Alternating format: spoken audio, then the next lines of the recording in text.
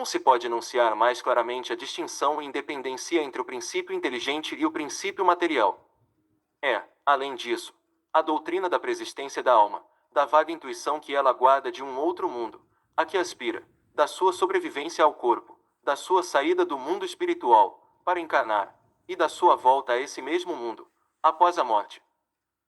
Finalmente, o germen da doutrina dos anjos decaídos.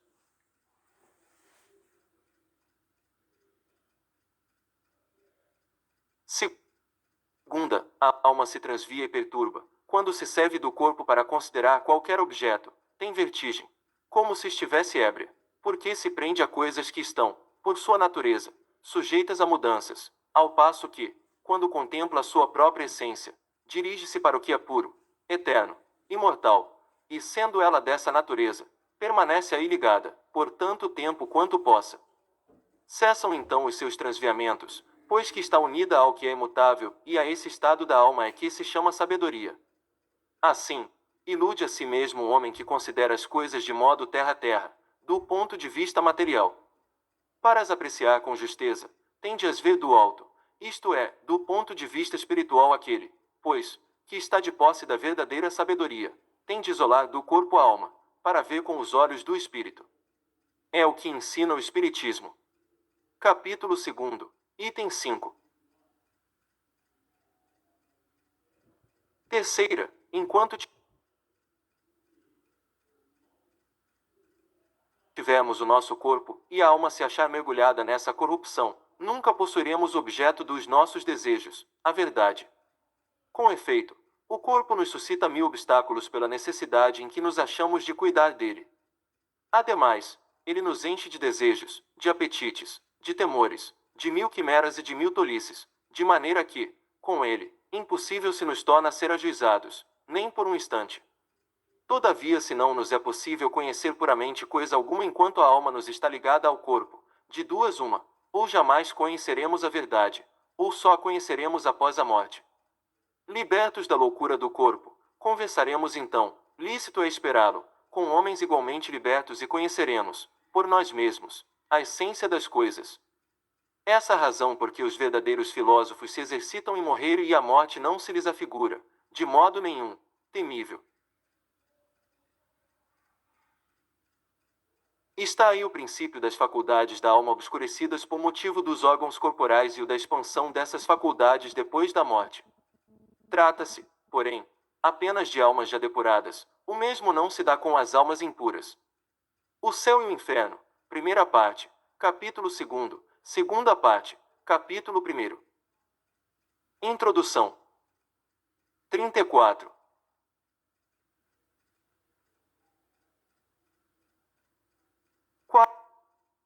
Quarta, a alma impura, nesse estado, se encontra oprimida e se vê de novo arrastada para o mundo visível, pelo horror do que é invisível e imaterial. Erra, então, disse, em torno dos monumentos e dos túmulos, junto aos quais já se tem visto tenebrosos fantasmas, quais devem ser as imagens das almas que deixaram o corpo sem estarem ainda inteiramente puras, que ainda conservam alguma coisa da forma material, o que faz que a vista humana possa percebê-las. Não são as almas dos bons, são, porém, as dos maus, que se veem forçadas a vagar por esses lugares, onde arrastam consigo a pena da primeira vida que tiveram e onde continuam a vagar até que os apetites inerentes à forma material de que se revestiram as reconduzam a um corpo. Então, sem dúvida, retomam os mesmos costumes que durante a primeira vida constituíam objeto de suas predileções.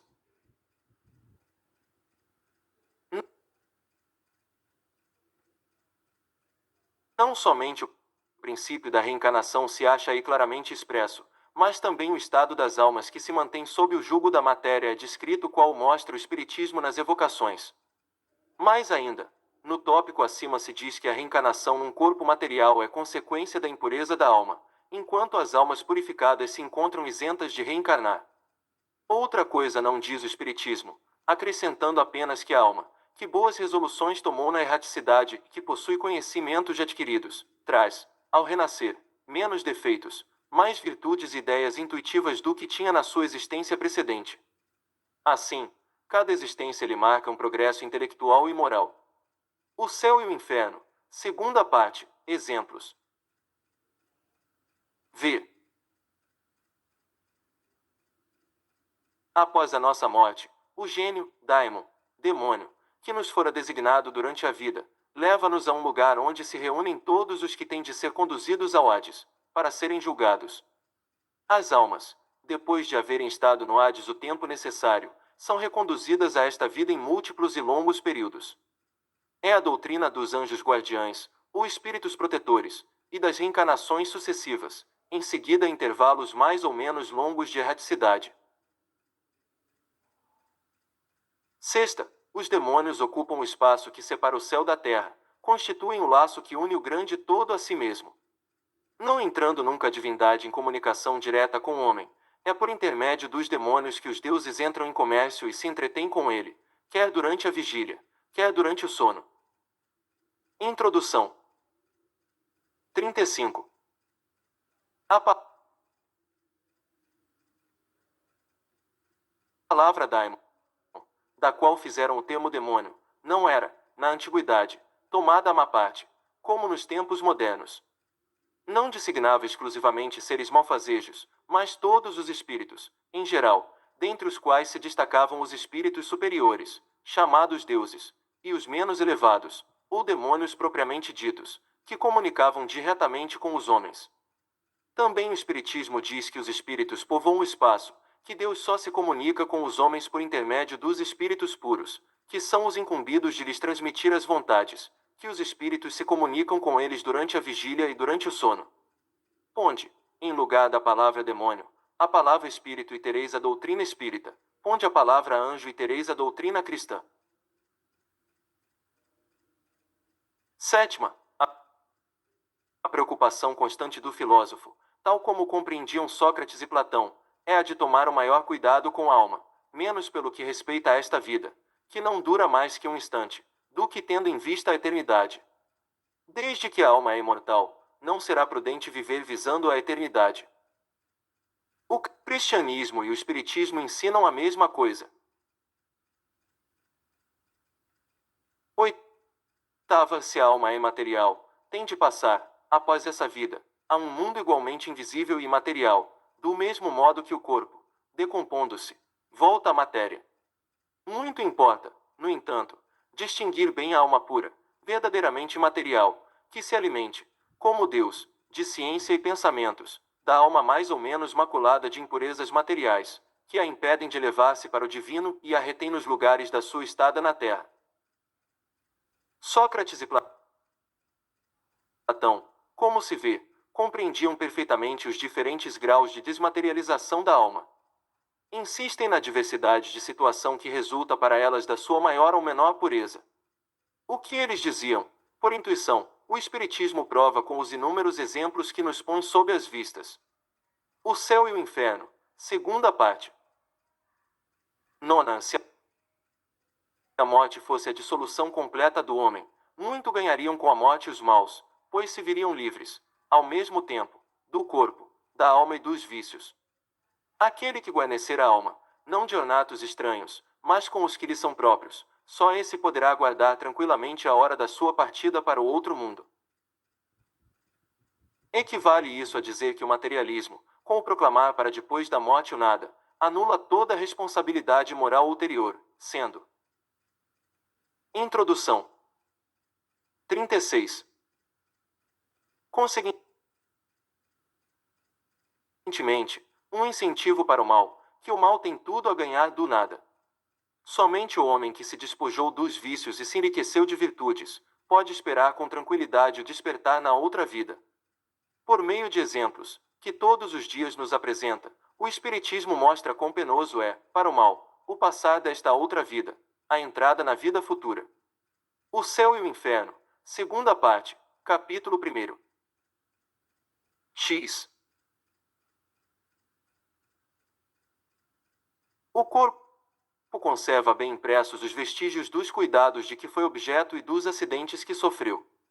Dá-se o mesmo com a alma. Quando despida do corpo, ela guarda, evidentes, os traços do seu caráter, de suas afeições e as marcas que lhe deixaram todos os atos de sua vida.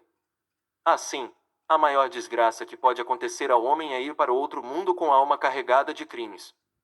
Vês, Cáricles, que nem tu, nem Pólux, nem Gorgias podereis provar que devamos levar outra vida que nos seja útil quando estejamos do outro lado. De tantas opiniões diversas, a única que permanece inabalável é a de que mais vale receber do que cometer uma injustiça e que, acima de tudo, devemos cuidar, não de parecer, mas de ser homem de bem.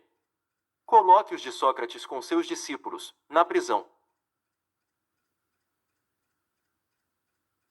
Depara-se-nos aqui outro ponto capital, confirmado hoje pela experiência, o de que a alma não depurada conserva as ideias, as tendências, o caráter e as paixões que teve na terra.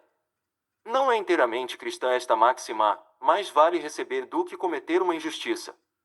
O mesmo pensamento exprimiu Jesus, usando desta figura: se alguém vos bater numa face, acrescentai-lhe a outra. Capítulo 12, itens 7 e 8. X de duas uma. Ou a morte é uma destruição absoluta, ou é passagem da alma para outro lugar. Se tudo tem de extinguir-se, a morte será como uma dessas raras noites que passamos sem sonho e sem nenhuma consciência de nós mesmos. Todavia, se a morte é apenas uma mudança de morada, a passagem para o lugar onde os mortos se têm de reunir, que felicidade há de encontrarmos lá aqueles a quem conhecemos. O meu maior prazer seria examinar de perto os habitantes dessa outra morada e de distinguir lá, como aqui, os que são dignos dos que se julgam tais e não o são.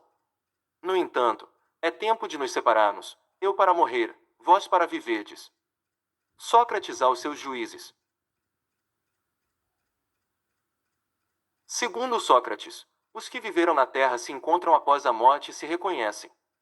Mostra o Espiritismo que continuam as relações que entre eles se estabeleceram, de tal maneira que a morte não é nem.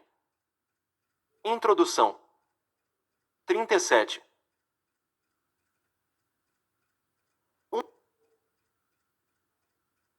Uma interrupção, nem a cessação da vida, mas uma transformação, sem solução de continuidade. Houvessem Sócrates e Platão conhecidos ensinos que o Cristo difundiu 500 anos mais tarde e os que agora o Espiritismo espalha, e não teriam falado de outro modo.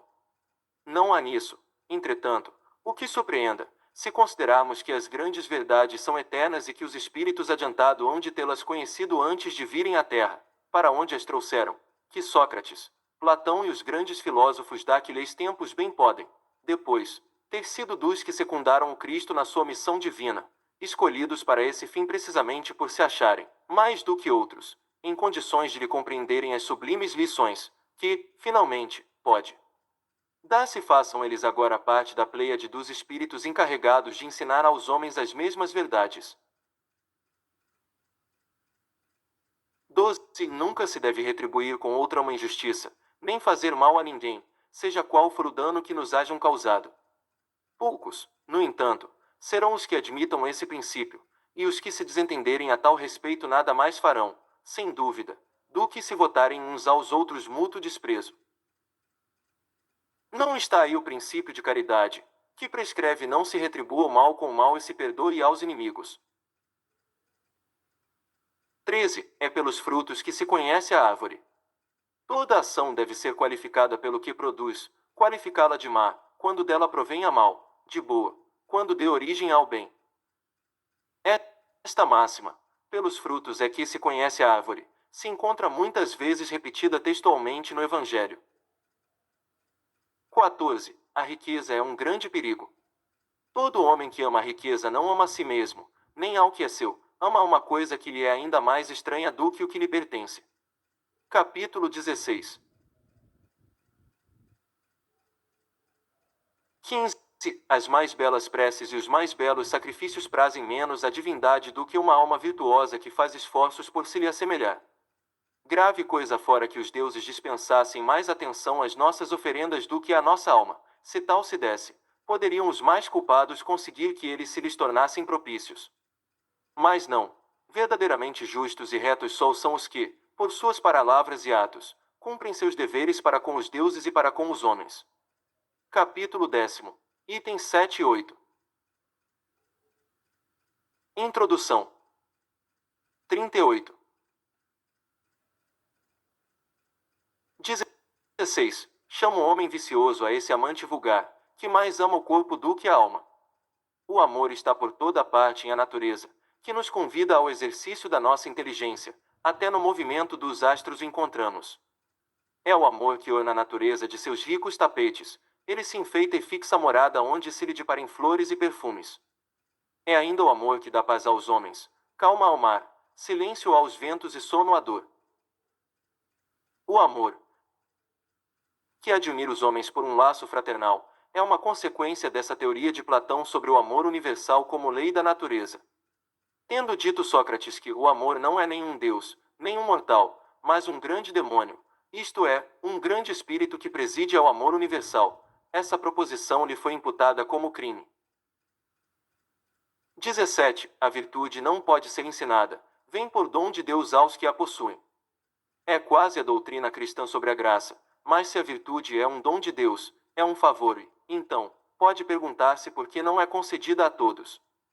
Por outro lado, se é um dom, carece de mérito para aquele que a possui. O Espiritismo é mais explícito, dizendo que aquele que possui a virtude a adquiriu por seus esforços, em existências sucessivas, despojando-se pouco a pouco de suas imperfeições.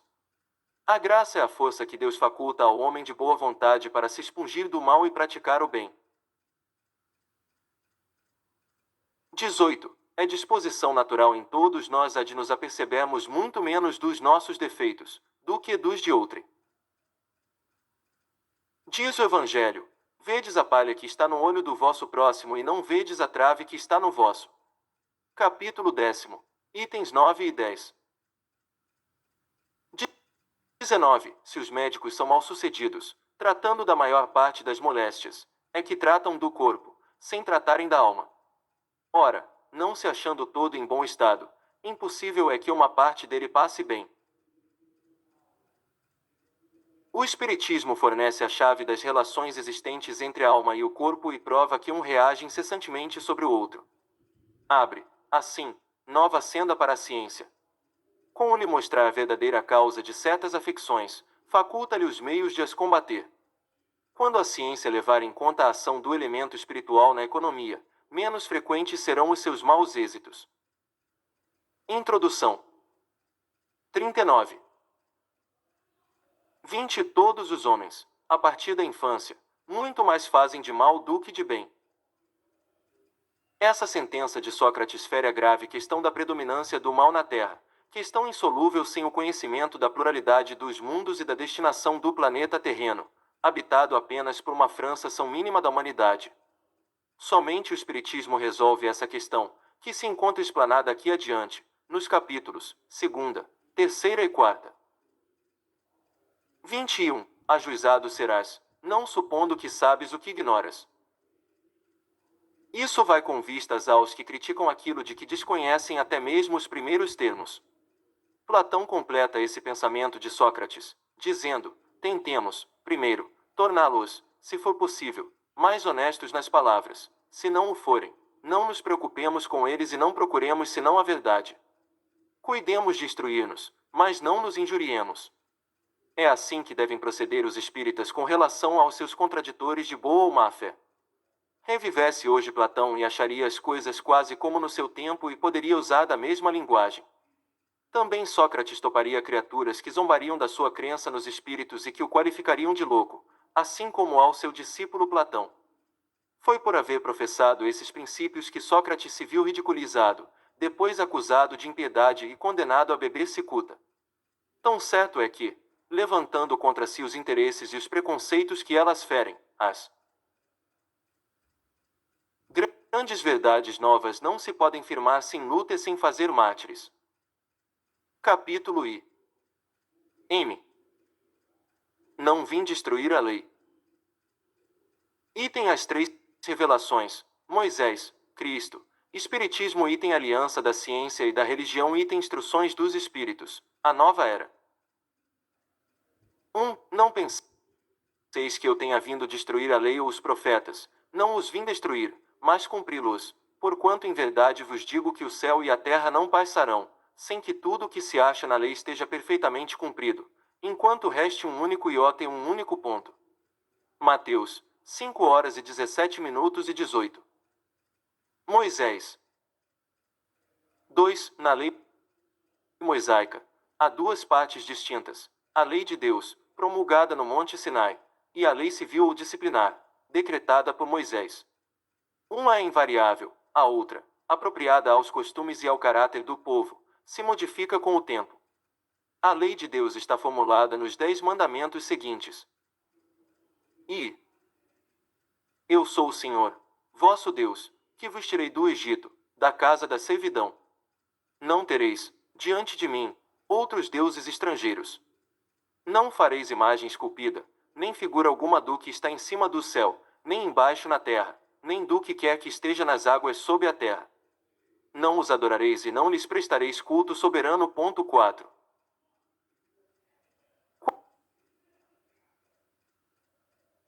4N de 1947, Allan Kardec cita a parte mais importante do primeiro mandamento, e deixa de transcrever as seguintes frases: porque eu, o Senhor vosso Deus, sou Deus zeloso, que puno a iniquidade dos pais nos filhos, na terceira e na quarta gerações daqueles que me aborrecem, e uso de misericórdia até 1000 gerações daqueles que me amam e guardam os meus mandamentos. Êxodo 20h05min6.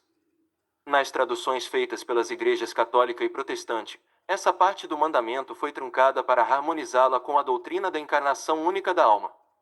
Onde está na terceira e na quarta gerações, conforme a tradução brasileira da Bíblia, a Vulgata Latina, intertiam e quartam generatione, a tradução de Zamenhof, em Latria Cascara Generatione, mudaram o texto para até a terceira e quarta gerações. Capítulo 1.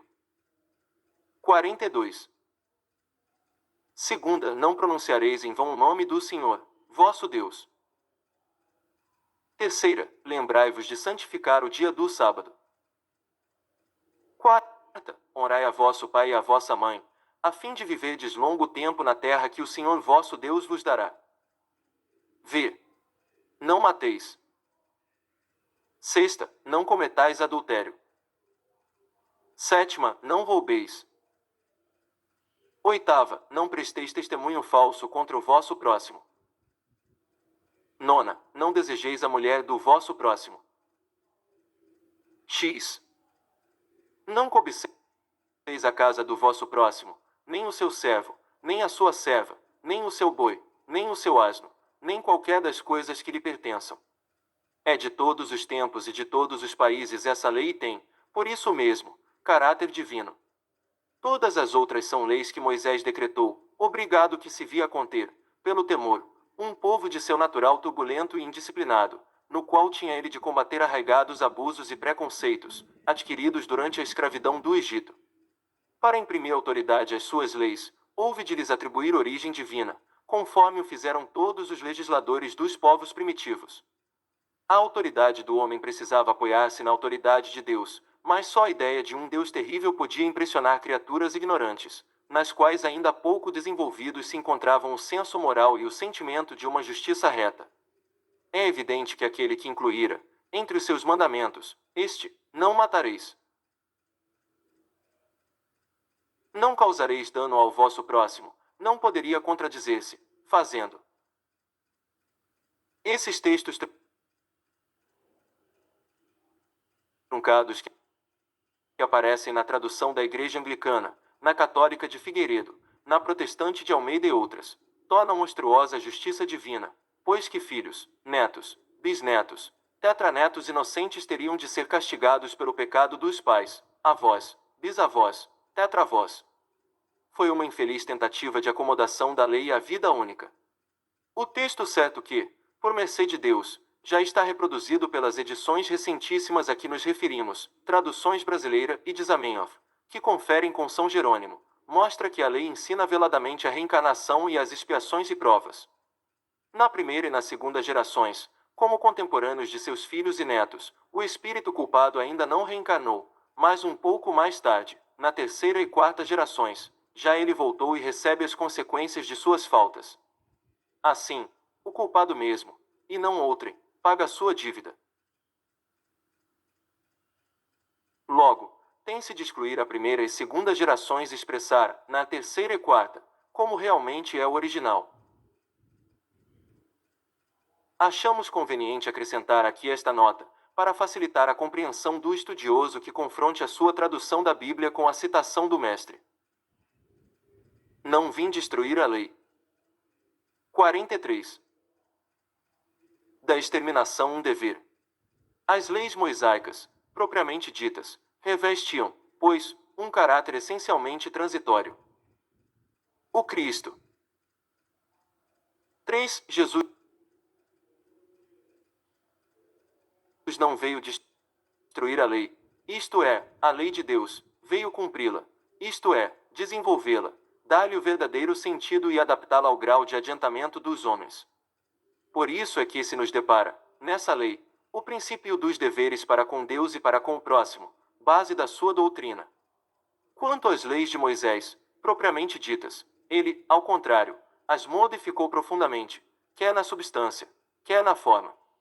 Combatendo constantemente o abuso das práticas exteriores e as falsas interpretações, por mais radical reforma não podia fazê-las passar, do que as reduzindo a esta única prescrição: amar a Deus acima de todas as coisas e o próximo como a si mesmo, e acrescentando: aí estão a lei toda e os profetas. Por estas palavras, o céu e a terra não passarão sem que tudo esteja cumprido até o último iota. Quis dizer Jesus ser necessário que a lei de Deus tivesse cumprimento integral, isto é, fosse praticada na terra inteira. Em toda a sua pureza, com todas as suas ampliações e consequências. Efetivamente, de que serviria haver sido promulgada aquela lei, se ela tivesse constituir privilégio de alguns homens, ou, ao menos, de um único povo? Sendo filhos de Deus todos os homens, todos, sem distinção nenhuma, são objeto da mesma solicitude. 4. O papel de Jesus não foi o de um simples legislador moralista, tendo por exclusiva autoridade a sua palavra. Cabia-lhe dar cumprimento às profecias que lhe anunciaram o advento, a autoridade lhe vinha da natureza excepcional do seu espírito e da sua missão divina. Ele viera ensinar aos homens que a verdadeira vida não é a que transcorre na terra, e sim a que é vivida no reino dos céus. Viera ensinar-lhes o caminho que a esse reino conduz, os meios de eles se reconciliarem com Deus e de pressentirem esses meios na marcha das coisas por vir, para a realização dos destinos humanos. Entretanto, não disse tudo, limitando-se, respeito a muitos pontos, a lançar o germen de verdades que, segundo ele próprio declarou, ainda não podiam ser compreendidas. Falou de tudo, mas em termos mais ou menos implícitos. Para ser apreendido o sentido oculto de algumas palavras suas, mister se fazia. Capítulo 1. 44. Que novas ideias e novos conhecimentos lhes trouxessem a chave indispensável, ideias que, porém, não podiam surgir antes que o espírito humano houvesse alcançado um certo grau de madureza. A ciência tinha de contribuir poderosamente para a eclosão e o desenvolvimento de tais ideias. Importava, pois, dar à ciência tempo para progredir. O Espiritismo. 5. O Espiritismo é a ciência nova que vem revelar aos homens, por meio de provas irrecusáveis, a existência e a natureza do mundo espiritual e as suas relações com o mundo corpóreo. Ele não-lo mostra, não mais como coisa sobrenatural, porém, ao contrário, como uma das forças vivas e sem cessar atuantes da natureza, como a fonte de uma imensidade de fenômenos até hoje incompreendidos e, por isso, relegados para o domínio do fantástico e do maravilhoso. É a essas relações que o Cristo alude em muitas circunstâncias e daí vem que muito do que ele disse permaneceu ininteligível ou falsamente interpretado. O Espiritismo é a chave com o auxílio da qual tudo se explica de modo fácil. 6. A lei do Antigo Testamento teve em Moisés a sua personificação, a do Novo Testamento tem-na no Cristo. O Espiritismo é a terceira revelação da lei de Deus, mas não tem a personificá-la nenhuma individualidade, porque é fruto do ensino dado, não por um homem, sim, pelos Espíritos, que são as vozes do céu, em todos os pontos da terra, com o concurso de uma multidão inumerável de intermediários. É, de certa maneira, um ser coletivo, formado pelo conjunto dos seres do mundo espiritual, cada um dos quais traz o tributo de suas luzes aos homens, para lhes tornar conhecido esse mundo e a sorte que os espera. 7. Assim como Cristo disse: não vim destruir a lei, porém cumpri-la. Também o Espiritismo diz: não venho destruir a lei cristã, mas dar-lhe execução. Nada ensina em contrário ao que ensinou o Cristo, mas desenvolve, completa e explica, em termos claros e para toda a gente, o que foi dito apenas sob forma alegórica. Vem cumprir, nos tempos preditos, o que o Cristo anunciou e preparar a realização das coisas futuras. Ele é, pois, obra do Cristo, que preside, conforme igualmente o anunciou, a regeneração que se opera e prepara o reino de Deus na terra. Não vim destruir a lei. 45. Aliança da ciência e da religião. 8. A ciência e a religião são as duas alavancas da inteligência humana. Uma revela as leis do mundo material e a outra as do mundo moral. Tendo, no entanto, essas leis o mesmo princípio, que é Deus, não podem contradizer-se. Se fossem a negação uma da outra, uma necessariamente estaria em erro e a outra com a verdade, porquanto Deus não pode pretender a destruição de sua própria obra. A incompatibilidade que se julgou existir entre essas duas ordens de ideias provém apenas de uma observação defeituosa e de excesso de exclusivismo, de um lado e de outro. Daí um conflito que deu origem à incredulidade e à intolerância. São chegados os tempos em que os ensinamentos do Cristo têm de ser completados, em que o véu intencionalmente lançado sobre algumas partes desse ensino tem de ser levantado, em que a ciência, deixando de ser exclusivamente materialista, tem de levar em conta o elemento espiritual e em que a religião, deixando de ignorar as leis orgânicas e mutar. Vez da matéria, como duas forças que são, apoiando-se uma na outra e marchando combinadas, se prestarão mútuo concurso. Então, não mais desmentida pela ciência, a religião adquirirá inabalável poder, porque a essa estará de acordo com a razão, já se lhe não podendo mais opor à irresistível lógica dos fatos. A ciência e a religião não puderam, até hoje, entender-se, porque, encarando cada uma as coisas do seu ponto de vista exclusivo, reciprocamente se repeliam. Faltava com que encher o vazio que as separava, um traço de união que as aproximasse. Esse traço de união está no conhecimento das leis que regem o universo espiritual e suas relações com o mundo corpóreo, leis tão imutáveis quanto as que regem o movimento dos astros e a existência dos seres. Uma vez comprovadas pela experiência essas relações, nova luz se fez, a fé dirigiu-se à razão, esta nada encontrou de lógico na fé, vencido foi o materialismo. Mas nisso, como em tudo, há pessoas que ficam atrás, até serem arrastadas pelo movimento geral, que as esmaga, se tentam resistir-lhe, em vez de o acompanharem. É toda uma revolução que neste momento se opera e trabalha os espíritos. Após uma elaboração que durou mais de 18 séculos, chega ela à sua plena realização e vai marcar uma nova era na vida da humanidade. Fáceis são de prever as consequências, acarretará para as relações sociais inevitáveis. Capítulo 1. 46.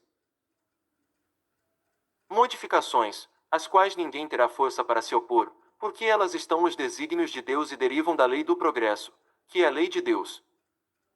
Instruções dos Espíritos. A nova era.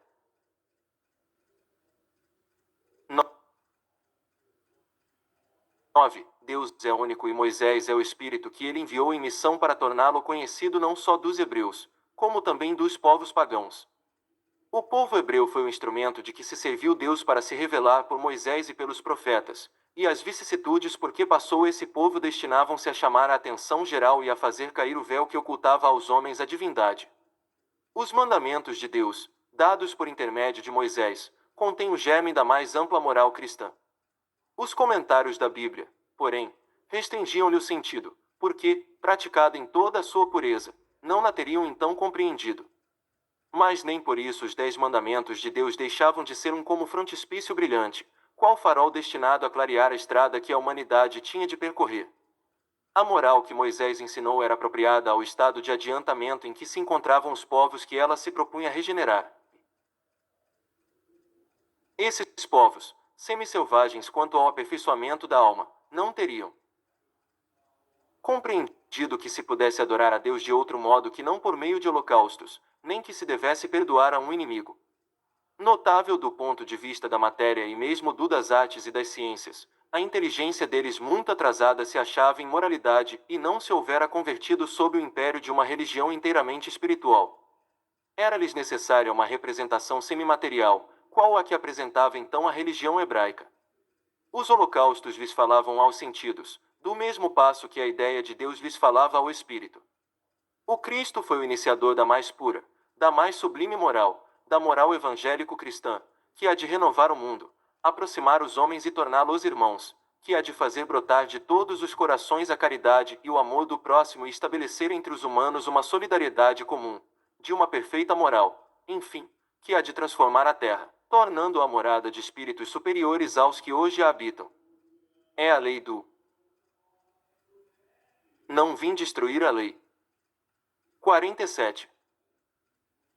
Progresso. A que a natureza está submetida, que se cumpre, e o Espiritismo é a alavanca de que Deus se utiliza para fazer que a humanidade avance. São chegados os tempos em que se hão de desenvolver as ideias, para que se realizem os progressos que estão nos desígnios de Deus. Têm elas de seguir a mesma rota que percorreram as ideias de liberdade, suas precursoras.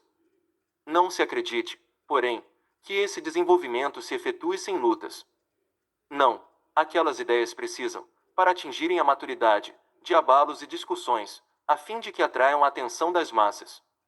Uma vez isso conseguido, a beleza e a santidade da moral tocarão os espíritos, que então abraçarão uma ciência que lhes dá a chave da vida futura e descerra as portas da felicidade eterna. Moisés abriu o caminho, Jesus continuou a obra, o Espiritismo a concluirá. Um espírito israelita.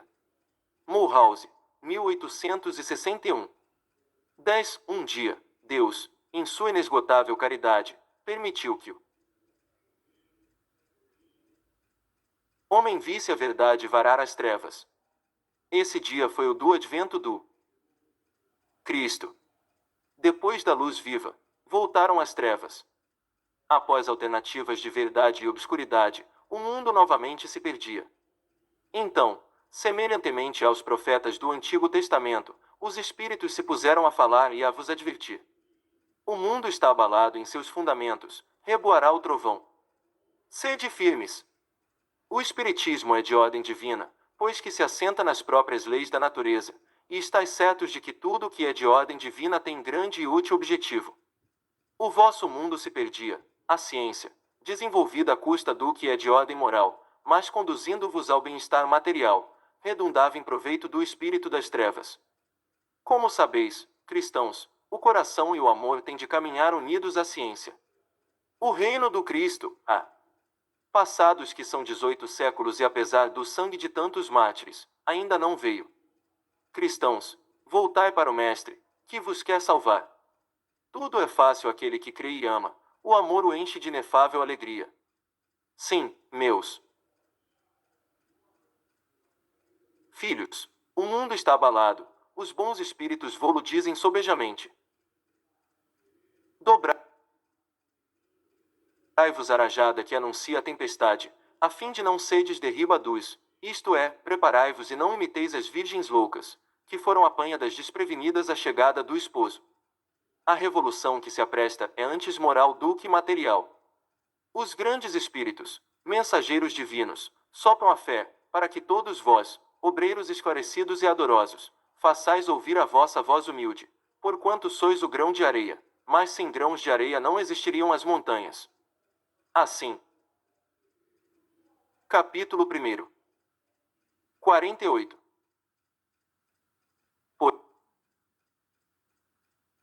Pois, que estas palavras, somos pequenos, careçam para vós de significação. A cada um a sua missão, a cada um o seu trabalho. Não constrói a formiga o edifício de sua república e imperceptíveis animálculos não elevam continentes. Começou a nova cruzada. Apóstolos da paz universal, que não de uma guerra, modernos São Bernardos, olhai e marchai para a frente, a lei dos mundos é a do progresso. Fénelon. Poitiers, 1861. 11. Santo Agostinho é um dos maiores vulgarizadores do espiritismo. Manifesta-se quase por toda parte. A razão disso encontramo-la na vida desse grande filósofo cristão. Pertence ele à vigorosa falange dos pais da Igreja, aos quais deve a cristandade seus mais sólidos esteios. Como vários outros, foi arrancado ao paganismo, ou melhor, à impiedade mais profunda, pelo fulgor da verdade. Quando, entregue aos maiores excessos, sentiu em sua alma aquela singular vibração que o fez voltar a si e compreender que a felicidade estava alhures, que não nos prazeres enervantes e fugitivos. Quando, afinal,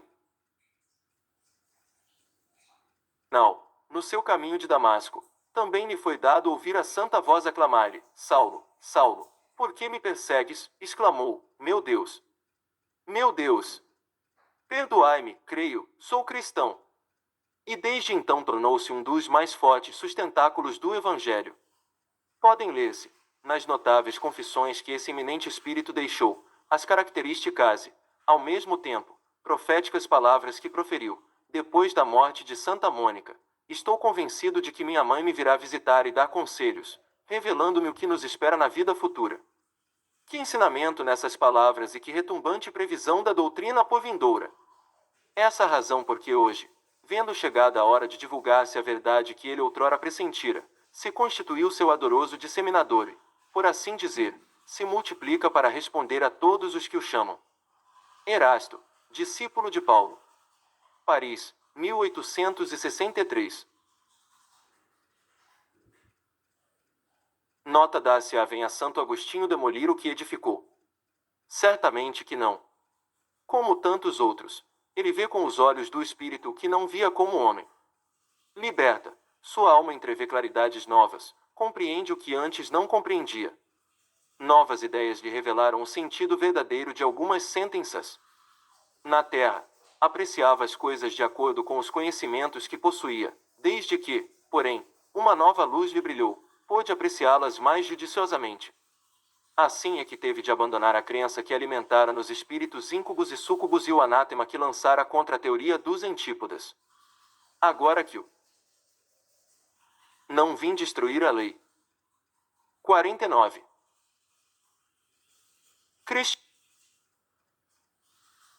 Cristianismo se lhe mostra em toda a pureza, pode ele, sobre alguns pontos, pensar de modo diverso do que pensava quando vivo, sem deixar de ser um apóstolo cristão. Pode, sem renegar a sua fé, constituir-se disseminador do espiritismo, porque vê cumprir-se o que fora predito. Proclamando, na atualidade, outra coisa não faz senão conduzir-nos a uma interpretação mais acertada e lógica dos textos. O mesmo ocorre com outros espíritos que se encontram em posição análoga. Capítulo 2. Meu reino não é deste mundo. Item a vida futura, item a realeza de Jesus, item o ponto de vista.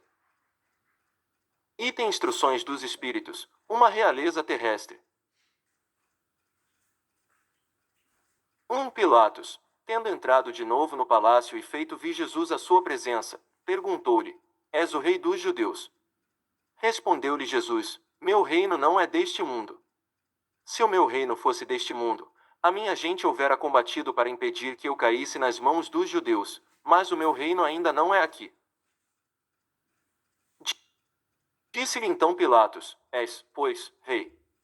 Jesus lhe respondeu: Tu o dizes, sou rei, não nasci e não vim a este mundo senão para dar testemunho da verdade. Aquele que pertence à verdade escuta a minha voz. João, 18h33, 36 e 37. A vida futura. 2. Por essas palavras, Jesus claramente se refere à vida futura, que ele apresenta, em todas as circunstâncias, como a meta que a humanidade irá ter e como devendo constituir objeto das maiores preocupações do homem na Terra. Todas as suas máximas se reportam a esse grande princípio. Com efeito, sem a vida futura, nenhuma razão de ser teria a maior parte dos seus preceitos morais, donde vem que os que não creem na vida futura, imaginando que ele apenas falava na vida presente, não os compreendem, ou os consideram pueris. Esse dogma pode, portanto, ser tido como eixo do ensino do Cristo, pelo que foi colocado num dos primeiros lugares à frente desta obra. É que ele tem de ser o ponto de mira de todos os homens, só ele justifica as anomalias da vida terrena e se mostra de acordo com a justiça de Deus. Capítulo 2. 52. 3. Apenas ideias muito imprecisas tinham os judeus acerca da vida futura. Acreditavam nos anjos, considerando os seres privilegiados da criação, não sabiam, porém, que os homens podem um dia tornar-se anjos e partilhar da felicidade destes. Segundo eles, a observância das leis de Deus era recompensada com os bens terrenos, com a supremacia da nação a que pertenciam, com vitórias sobre os seus inimigos. As calamidades públicas e as derrotas eram o castigo da desobediência àquelas leis. Moisés não pudera dizer mais do que isso a um povo pastor ignorante, que precisava ser tocado, antes de tudo, pelas coisas deste mundo. Mais tarde, Jesus lhe revelou que há outro mundo, onde a justiça de Deus segue o seu curso. É esse o mundo que ele promete aos que cumprem os mandamentos de Deus e onde os bons acharão sua recompensa. Aí o seu reino, lá é que ele se encontra na sua glória e para onde voltaria quando deixasse a terra. Jesus, porém, conformando seu ensino com o estado dos homens de sua época, não julgou conveniente dar-lhes luz completa, percebendo que eles ficariam deslumbrados, visto que não a compreenderiam. Limitou-se a, de certo modo, apresentar a vida futura apenas como um princípio, como uma lei da natureza cuja ação ninguém pode fugir. Todo cristão, pois, necessariamente crê na vida futura, mas a ideia que muitos fazem dela é ainda vaga, incompleta, por isso mesmo, falsa em diversos pontos. Para grande número de pessoas, não há, a tal respeito, mais do que uma crença, balda de certeza absoluta, donde as dúvidas e mesmo a incredulidade. O Espiritismo veio completar, nesse ponto, como em vários outros, o ensino do Cristo, fazendo quando os homens já se mostram maduros bastante para aprender a verdade. Com o Espiritismo, a vida futura deixa de ser simples artigo de fé, mera hipótese, torna-se uma realidade material, que os fatos demonstram, porquanto são testemunhas oculares os que descrevem nas suas fases todas e em todas as suas peripécias, e de tal sorte que, além de impossibilitarem qualquer dúvida a esse propósito, facultam a mais vulgar inteligência a possibilidade de imaginá-la sob seu verdadeiro aspecto, como toda a gente imagina um país cuja pormenorizada descrição leia.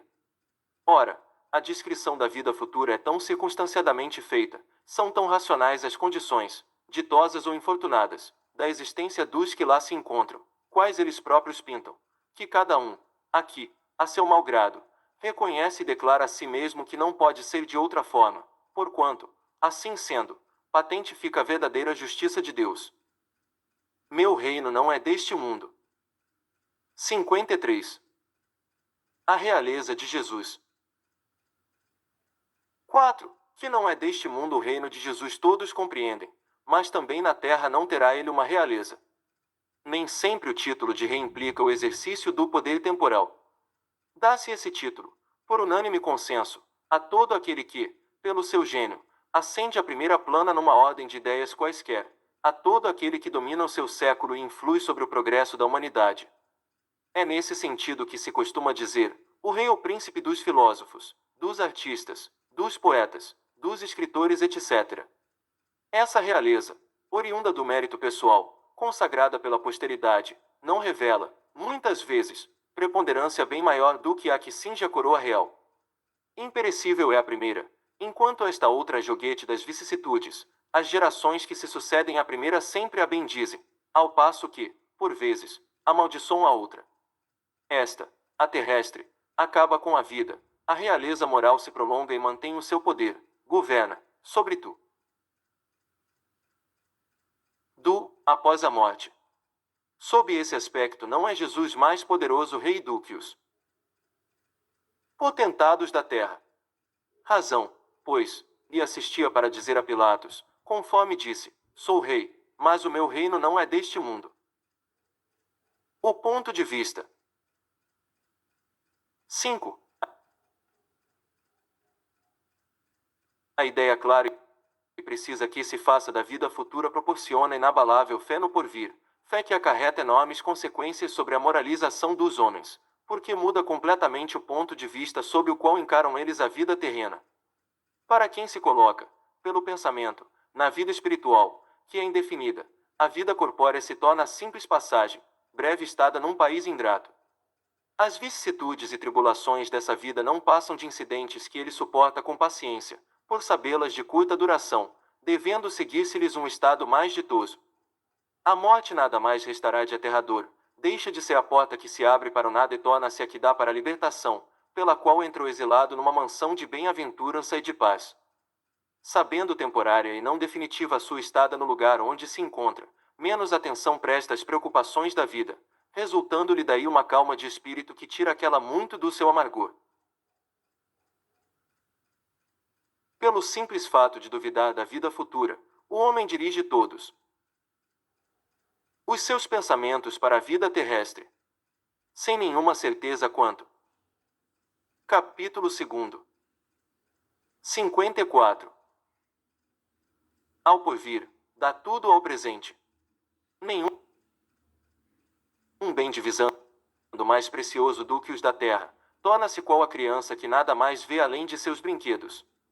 E não há o que não faça para conseguir os únicos bens que se lhe afiguram reais.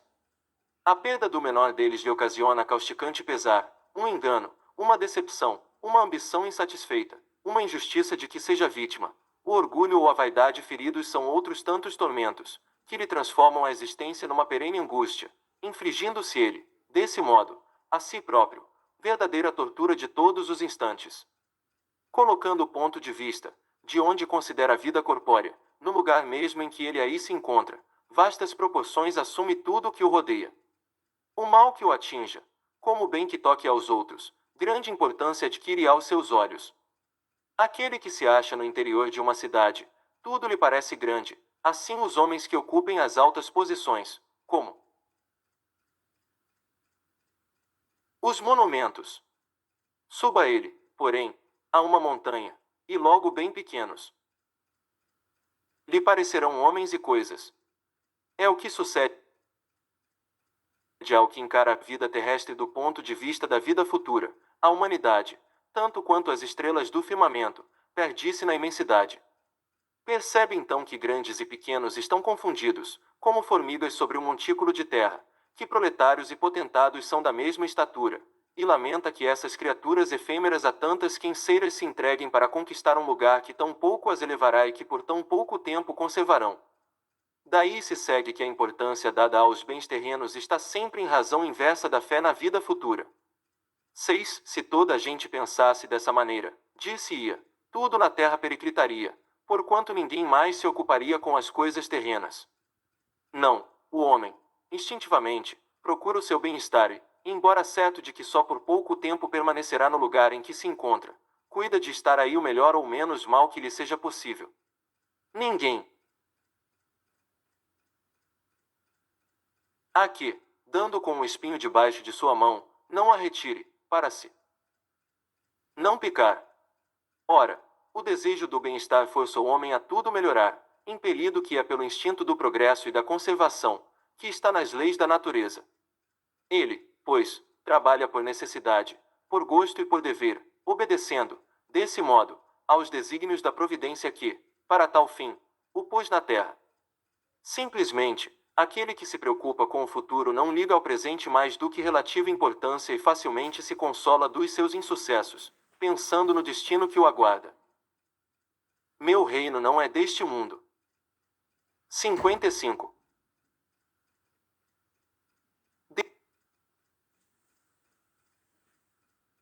Deus, conseguintemente, não condena os gozos terrenos, condena, sim, o abuso desses gozos em detrimento das coisas da alma. Contra tais abusos é que se premunem os que a si próprios aplicam estas palavras de Jesus: meu reino não é deste mundo. Aquele que se identifica com a vida futura assemelhar-se ao rico que perde sem emoção uma pequena soma. Aquele cujos pensamentos se concentram na vida terrestre assemelhar-se ao pobre que perde tudo o que possui e se desespera. 7. O espiritismo dilata o pensamento e lhe rasga horizontes novos. Em vez dessa visão, acanhada e mesquinha, que o concentra na vida atual, que faz do instante que vivemos na Terra único e frágil eixo do porvir eterno, ele, o Espiritismo, mostra que essa vida não passa de um elo no harmonioso e magnífico conjunto da obra do Criador. Mostra a sólida realidade que conjuga todas as existências de um mesmo ser, todos os seres de um mesmo mundo e os seres de todos os mundos. Faculta assim uma base e uma razão de ser a fraternidade universal, enquanto a doutrina da